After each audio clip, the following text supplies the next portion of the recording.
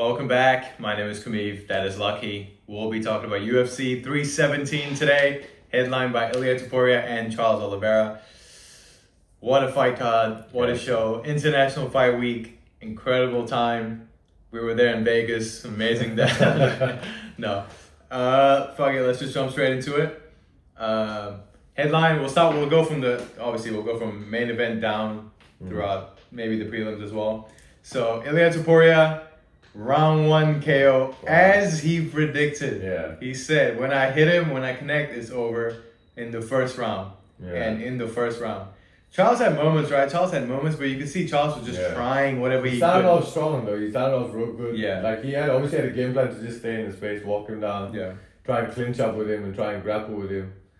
But it's just in those exchanges, man. You can't fuck with Ilia in the exchanges. Holy shit! Like when he hit him, I didn't even see what he hit him with. I just saw the way Charles went down. I was like, fuck, no way. Yeah. I was like, there's no fucking way, bro. Charles just went down and it's just like a quick, in the moment when it happened, it's just like, huh, and he just went down. Like, you didn't hear a little thought, like the camera angle was switching as well. Like, it was such a weird moment, and Charles just fully went out. He was out, eyes rolled back. It's just...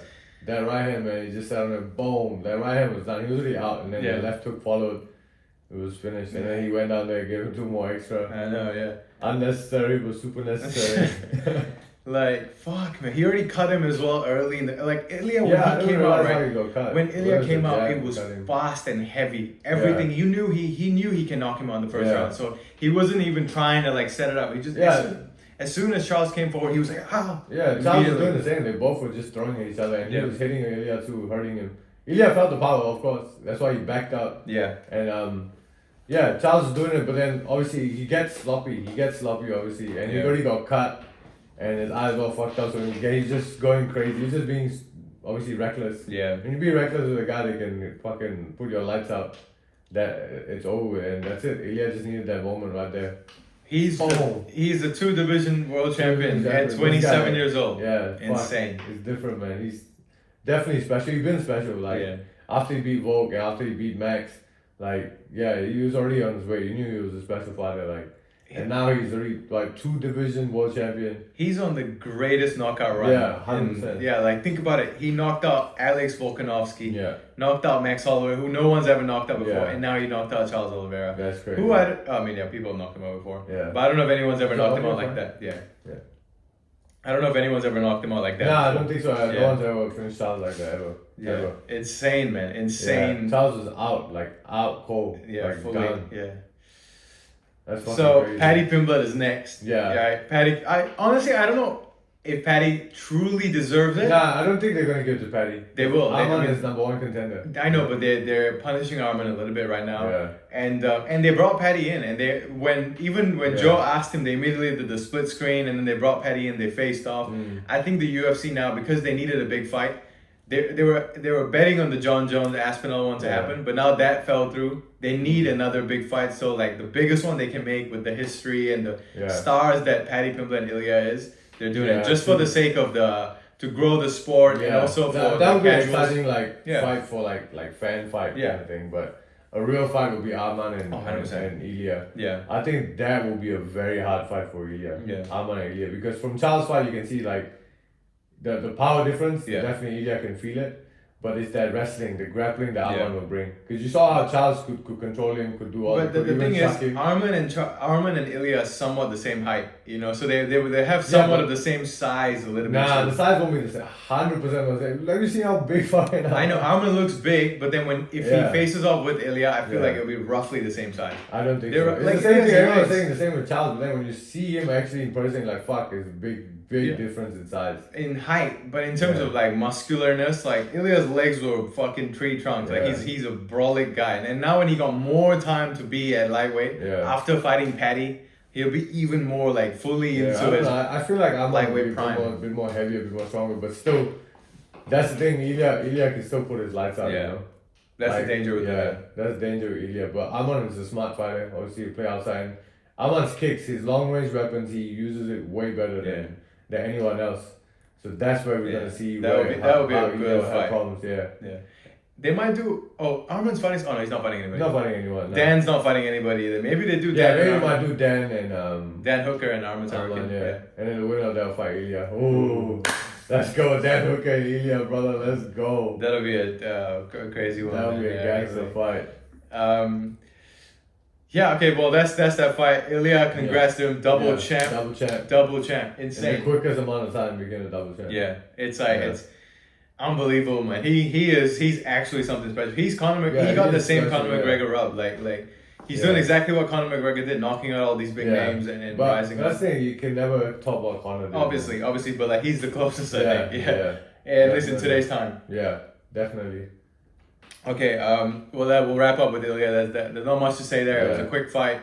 He killed Charles Oliveira basically. Fuck, man. I'm broken, bro.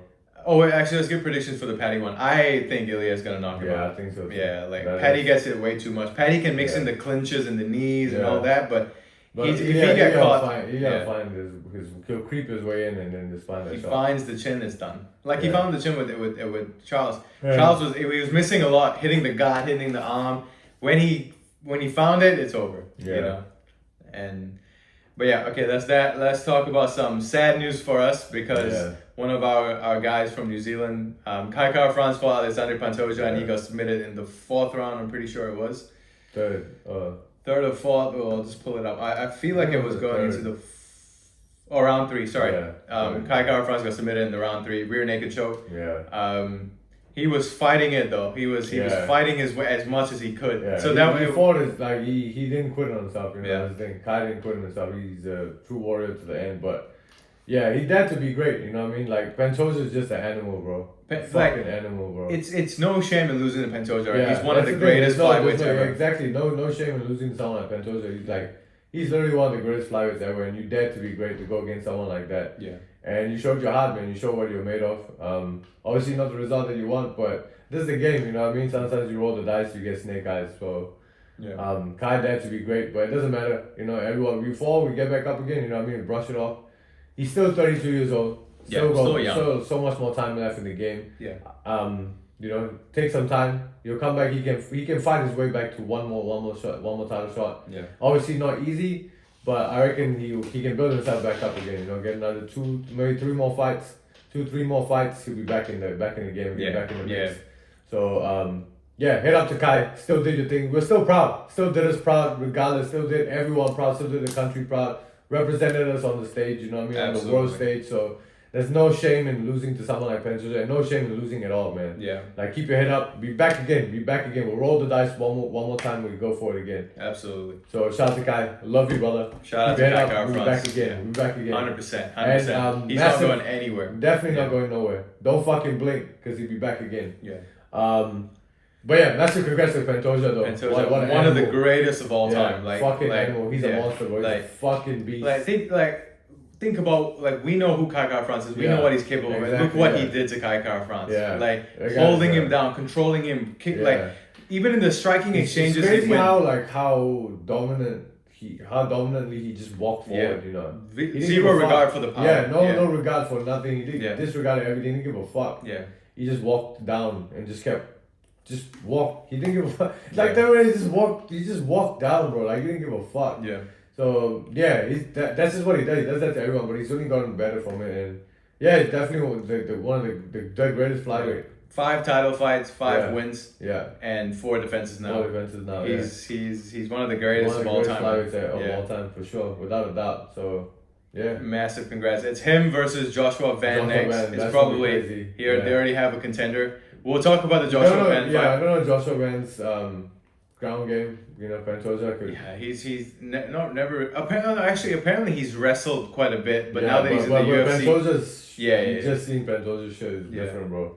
But Joshua Van's strike. Okay, we'll talk. Okay, so we know it's gonna be Joshua Van and Pantoja next. So let's talk about the Joshua Van and Brendan Royval fight. Damn, brother. That is one of the greatest fights I've ever seen. Fucking hell, man. Just pure boxing, pure violence. Yeah, full fucking violence. They just went down. They said, fuck it, let's bang, brother. The combinations thrown, right? And especially from Joshua Van. Yeah. In the pocket, just even when he Yeah. goes to the body, right? Like he Yeah. gets hit to the head, his body like it's just Yeah. like machine gun. He just goes to the body, and Royval's combinations, man. Royval is a Fuck. beast. We know he's a His beast. combinations is crazy. Bah, bah, bah, bah, bah, bah. Yeah. Bah, bah, bah, bah, bah, bah, bah. He was southpaw. I was like, oh, fuck. That first round, Joshua Van looked good. Yeah, right? He Joshua looked looked real good. Then Second round, sheesh. fucking hell, Royval. Royval came on. He had 80 strikes landed. Significant. 80 significant strikes, which means the strikes that landed. With power. Yeah, with power. That officially landed in your face. 80 strikes, and Joshua Van had 30 something. Yeah. 80 strikes in that round is crazy. Your face got smashed in 80 times. It's crazy because they boxed. Yeah. It was like 1, 2, 2 or 3 kicks. That's what I was saying. Like all the significant strike numbers, right, is to the face. Both of them didn't really go to the body, didn't really go to the leg. It's just headshots the whole time. That's fucking crazy. Insane. The combination is great. And then the third round came. Yeah. Both of them, man, their combinations, they were just throwing. And that's the thing, right? Arguably, Royval was winning that third round as well, and then he got dropped. Yeah, when he got dropped. I mean, it was close enough because Van was landing big strikes as well, bro. Yeah. But when he dropped him, I jumped out of my seat. I was like, let's go. Fuck, I wanted Royval to win, but yeah. Joshua Van deserved it, man. It was a big step up, and he showed that he belonged there, man. Not only a big step up in ranking, right? Because he was number 12 fighting number 1. Yeah. And not only that, but also in age. He's 23. Yeah. He's literally a child. Yeah. You know what I mean? Yeah. Like he's fighting That's crazy. a dog, a raw dog. Raw dog. Yeah, and he did that to him. It was insane. Fuck, they went raw tonight, Yeah, bro. straight They up. went fucking raw. they went raw, no rubber, straight raw, baby. They're like dogs fighting. Fuck, bro. Like that was the most insane shit I've ever seen. They better get like 100K bonus. They should get like 100. I'm sure they don't look after them backstage, bro. They're not gonna flick them some shit. We're filming this right after the show, so we don't know what the Dana White just said, but I'm sure. I'm sure Dana will look out. 50K, will give them, and then give them some more extra in the back. Tax Free. We'll give them tax free money. Yeah. Also, UFC 317 delivered. I feel a lot of KOs, fucking delivered. Big time, man. Yeah. This card was stacked. It was fun. It was fire card. Yeah. But man, this is definitely fight of the fucking almost could be fight of the year. You Yeah. know, potential being fight of the year. Like one of the fights was that crazy. You know what I mean? Insane, Fucking Royval and Van was fire. We knew it was gonna be fire. And for him to drop him at that last 30-second mark, perfect. it's just That was crazy. shit.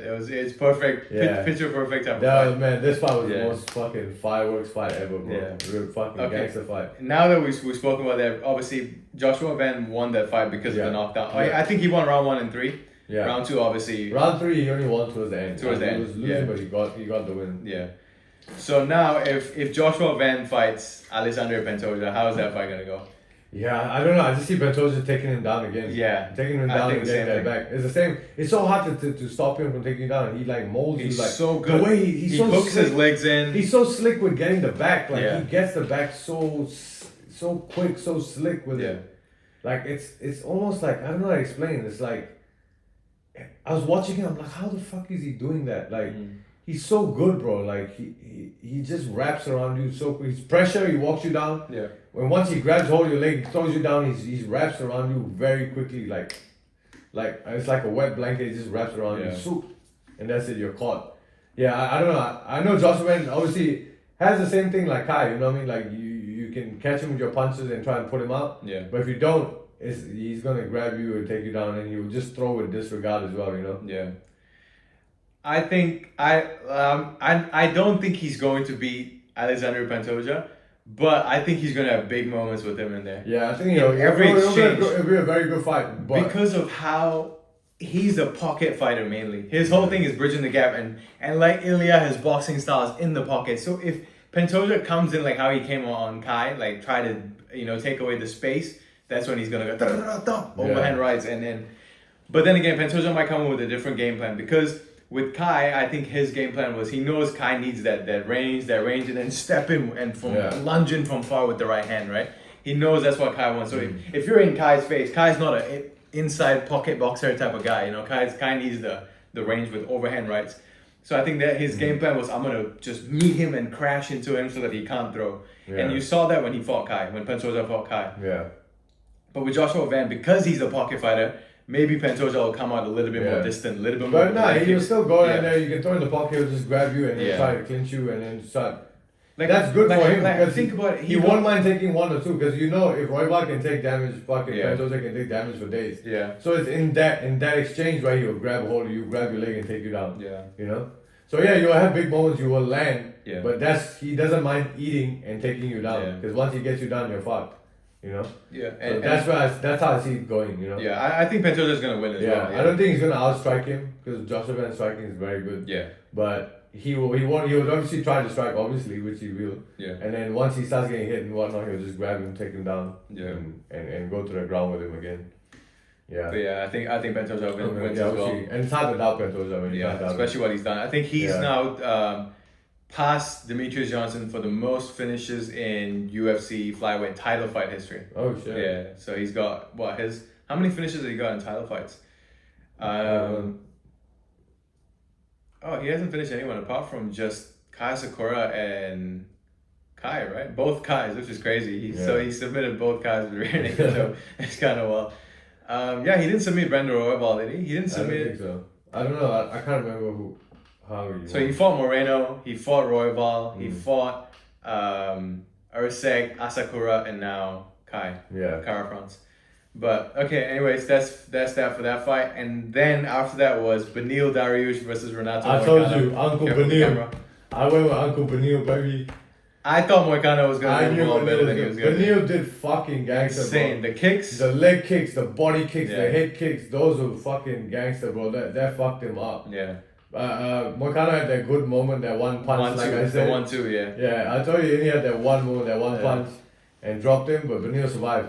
Yeah. Beneil survived that, came back in the second round and just destroyed him, dismantled him, man. Yeah. With the striking, dismantled wrestling. him, and then wrestled him and showed him like, look, you can't fuck with me here either. Yeah. You know? Which is crazy because like before the fight starts, they play that little intro where the fighters are talking. Yeah. Beneil did say, I'm better than him everywhere and I'm gonna show it to him. Yeah. and you know how fighters will just say shit like that? Beneil actually showed that, which is crazy. I told you as well. You can run the clip. Yeah. I said he's gonna outstrike him and he's way better than him on the ground. Yeah. He 100% is. Like Beneil is that good. If you actually watch and see how good he is, look how he did with Gamrot. Yeah. That's not easy to do, bro. Yeah.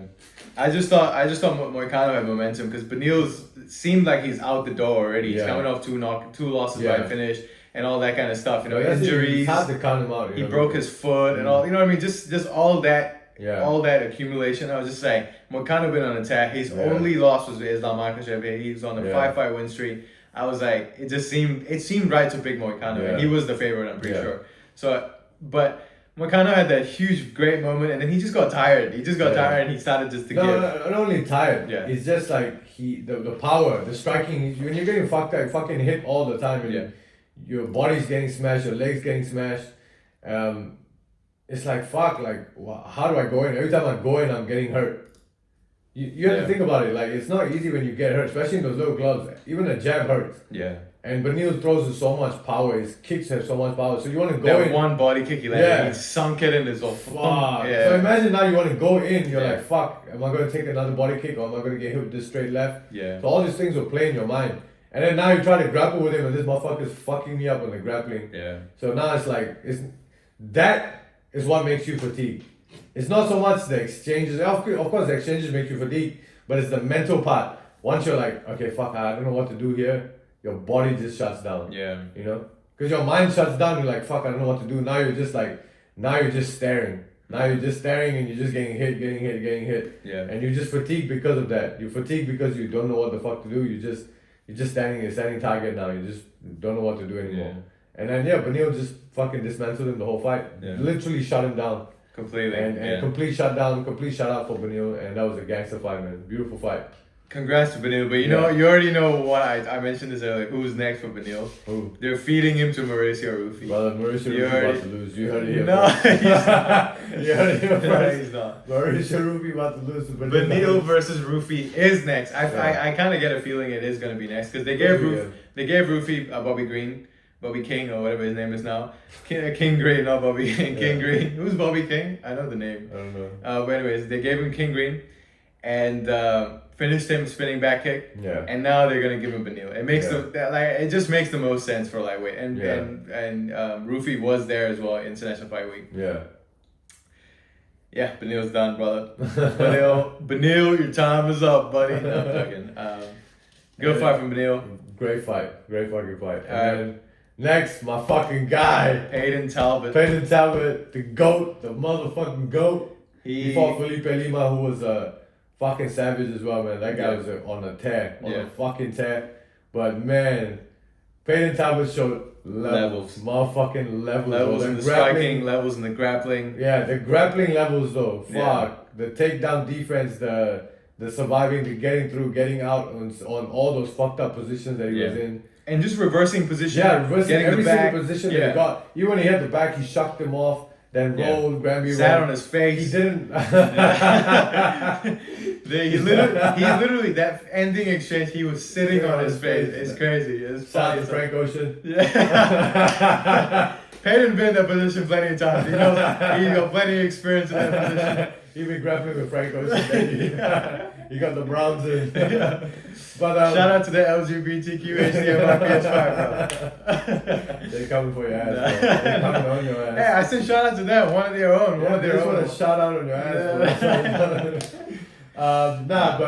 But Payton did a fucking gangster job, man. Like every exchange, every single, like, he didn't settle. He didn't stay. He didn't settle. He moved. He moved. Even when he was on his back, he'd wait.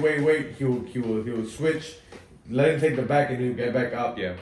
He just showed improvement in his game, man. Striking. That loss didn't affect him one bit. Yeah. And I don't think it should. A loss if anything, I think it affected him because he became so much better now. Yeah, affected him in a good way. It only made him improve. Because some people, like, look at Paulo. Once he lost that, it was gone. But when Paulo went, once Izzy fucked him up, his undefeated shit disappeared. Like, it fucked with his head. Yeah. He's like, I was finishing everyone and now I got finished. I'm not undefeated, like, because you fall so much into that hype. Yeah. That people are hyping you up and you believe the hype that, oh yeah, I'm untouchable, nothing can happen to me. And then when you lose, boom, you see what happens. Then later, it took a while for him to come back and get his momentum back, you know? Yeah. That's why you saw in the Sean Strickland fight, the Rob fight, you know, he looked good. Even though he lost, he looked very good. Yeah. You know, unlike the other fights, he was just missing weight and fucking up and all this shit. Yeah. But yeah. Payton, fucking, I can't wait, man. Next fight. Yeah. I've been saying this. I want to see Payton Talbott versus Malcolm Wellmaker. Yeah. That is the fight to make. I think honestly, I think they will make that fight eventually because they're going to cross paths. If Payton wins another one, Wellmaker wins another one. They have to meet in the middle. They have to meet, but if the UFC is smart, they make them fight for something big. Kind of like they don't have a title to fight. Kind of like Ian, Gary, and Shafkat. They were coming out at the same time, both having incredible experiences, incredible performances, right? Yeah. But they didn't make them fight until it was absolutely necessary. Yeah, I know, but it's not absolutely necessary. It's because Shafkat worked his way up to it. Yeah. You know. But Ian was already way ahead of Shafkat when Shafkat got into the game. You know, when he was climbing up. No, they came. No, but Ian was already further ahead, way ahead already when Shafkat was coming up. No, Ian, they debuted around the same time during 2020. Yeah, but who like fucking Ian already shot up way ahead, already ahead. All the names he fought, who the Shafkat was fighting and who was Ian fighting, the names.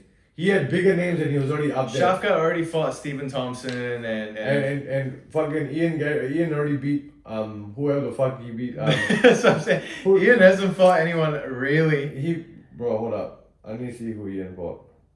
But like roughly though, right? They came up around the same time. They're smart. Malcolm Wellmaker and Payton Talbott are not ranked. Yeah, that's what I mean. They're so close to each other. Like I know, but because they're not ranked, they're gonna make them fight each other until they fight either for a ranking spot, fighting their way for the top 10. They have to put them on a big card. They're two big stars. They don't want to gamble. Yeah, so he beat Song Kanon, Daniel Rodriguez, Neil Magny, Jeff Neal, and then MVP. Yeah. So like he was already way ahead. Yeah. Way ahead before Shafkat came. Yeah, I guess. You know? But anyways, I want to see the Payton Talbott and Malcolm Wellmaker fight. I hope they make it next. I don't think they will though. I think they don't want either one to lose just yet. Yeah. Especially to each other. Because I feel like they will meet. Because they're so close. Yeah. They're so close in terms of where they are. Yeah. They will meet each other. I think in the next two fights they'll meet each other because that's how much momentum they have. They keep fighting. You know. Yeah.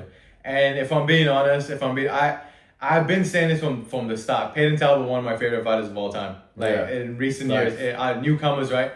I think Wellmaker will finish him. Like Payton gets hit so much. Yeah. He eats it though. He eats it, but I don't know if you can eat Malcolm Wellmaker's punches. His right hook is next level. His left hand is next level as well.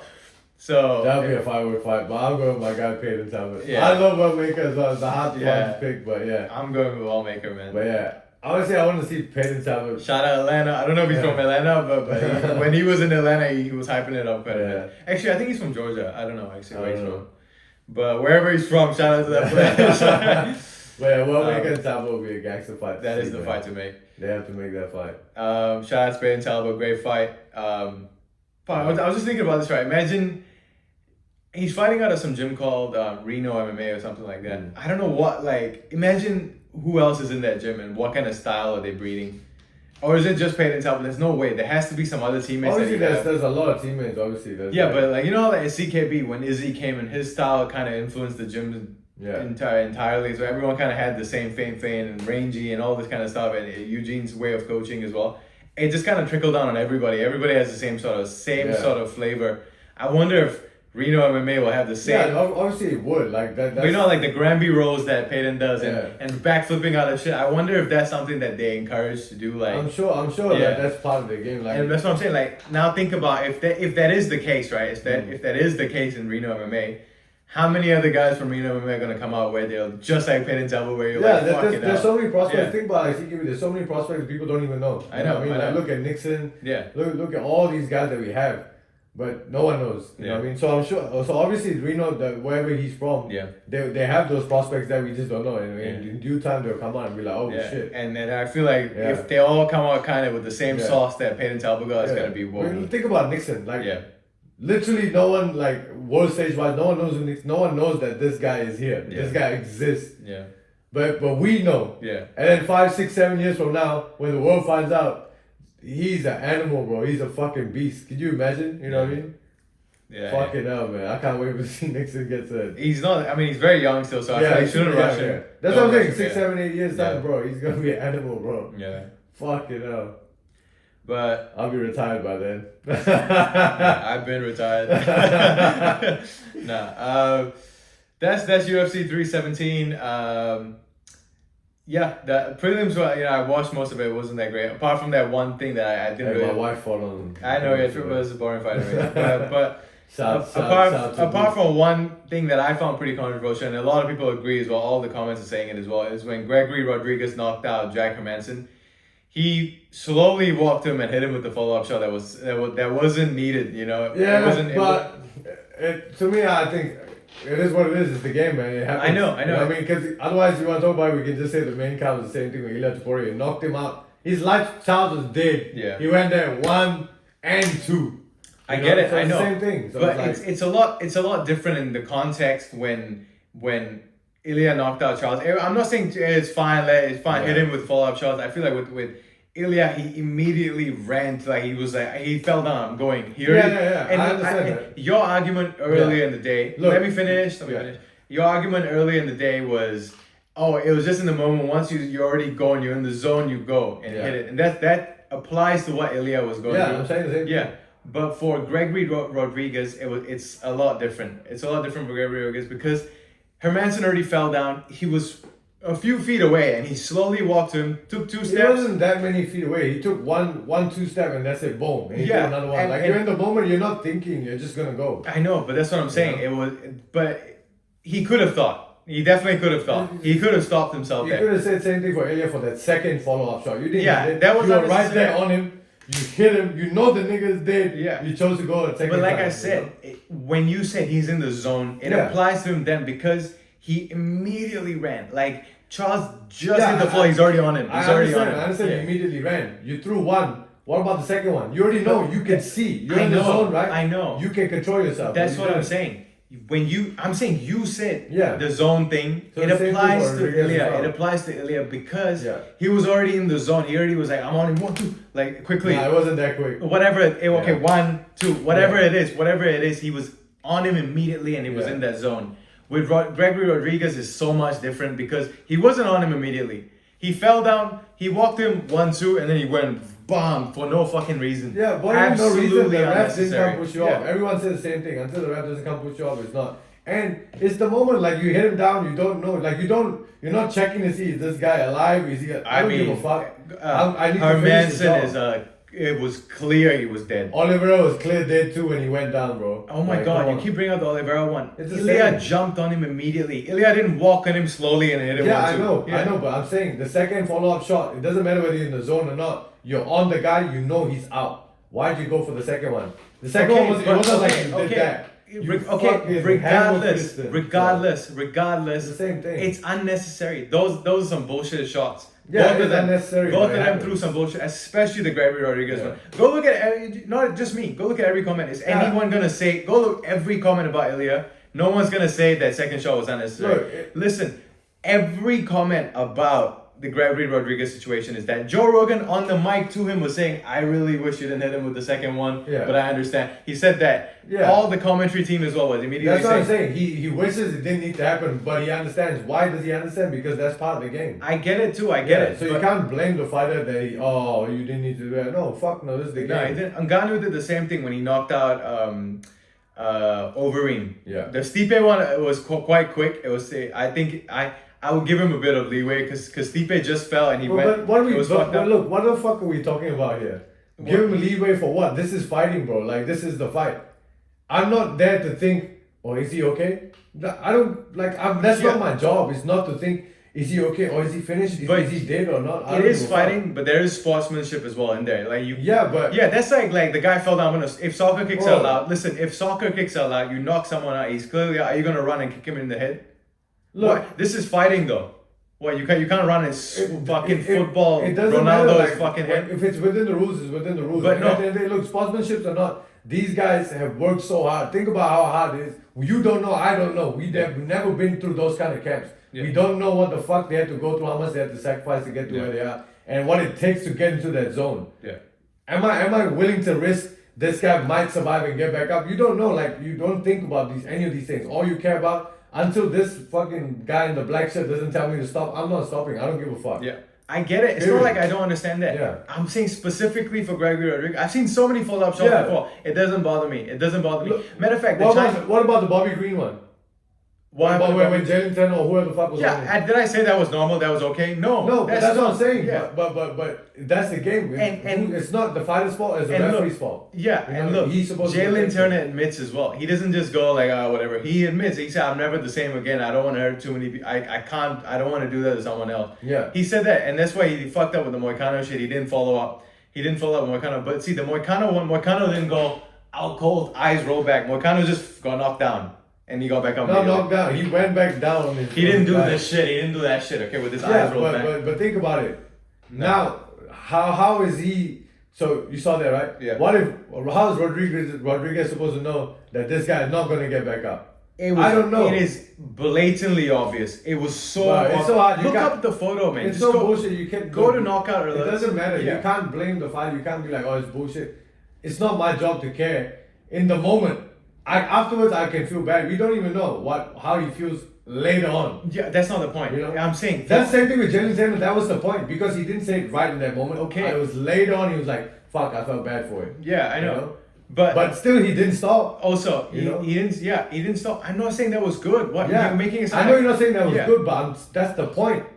Whether good or bad, he did his job. Again, it all comes back to it depends on the situation, right? You can't tell if Bobby Green is out cold or not. When you're on his back, we can see when Bobby Green, whatever the fucking Jalen Turner's on him and he's hitting his head, he can't fully see if he's out cold. You can feel the guy is like this. Bobby Green was still covering up. He was doing this Bobby Green's hands was already gone. His hands was here. His hands was here. He was just eating a lot of punches and the ref wasn't stopping it.